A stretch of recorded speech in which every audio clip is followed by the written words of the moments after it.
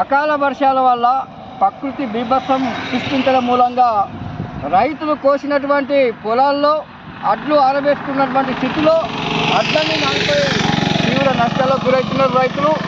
ప్రభుత్వం వెంటనే ఐకేపీ కానీ పిఐసిసిలు కానీ ఖచ్చితంగా వెంటనే ఈ తడిసిన ధాన్యాన్ని కొనాలని చెప్పేసి అఖిల భారత రైతు కూలీ సంఘం తరఫున మేము ఈ ప్రభుత్వాన్ని డిమాండ్ చేస్తున్నాం.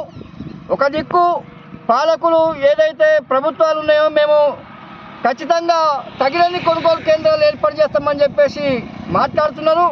కానీ ఏదైతే ఈ కొనుగోలు కేంద్రాలకు వడ్లు తీసుకొచ్చిన తర్వాత వాటికి రక్షణ లేకుండా పోతుంది. తగినన్ని టార్పిన్లు అందియడంలో కూడా ప్రభుత్వం విఫలమవుతుంది. ఏదో కొద్దిమందికి నిన్న ఇక్కడిచ్చి చేతులు దులుపుకున్న స్థితి కనిపిస్తూ ఉంది.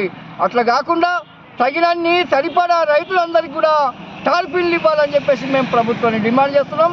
అదే కాకుండా ఈ సందర్భంలో డ్రైవర్లు ఖచ్చితంగా రైతులకు 80% మీద కూడా ఇవ్వాలి, సబ్సిడీ మీద ఇవ్వాలని చెప్పేసి కూడా మేము కోరుతా ఉన్నాం.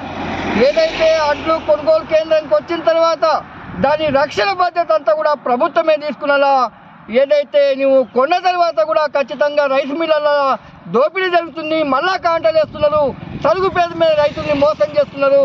ఇది సరికాదని చెప్పేసి ఖచ్చితంగా ప్రభుత్వం దీన్ని స్పందించి ఈ తరుగు తాలు లేకుండా కొనుగోలు కేంద్రాలలో రైతుల వడ్లని కొని ఖచ్చితంగా కాంటాలేసి రైతుల ఖాతాల్లో 48 గంటల్లో డబ్బులు జమ అయ్యేటట్లు ఇవ్వాలని చెప్పేసి మేము ప్రభుత్వాన్ని డిమాండ్ చేస్తున్నాం.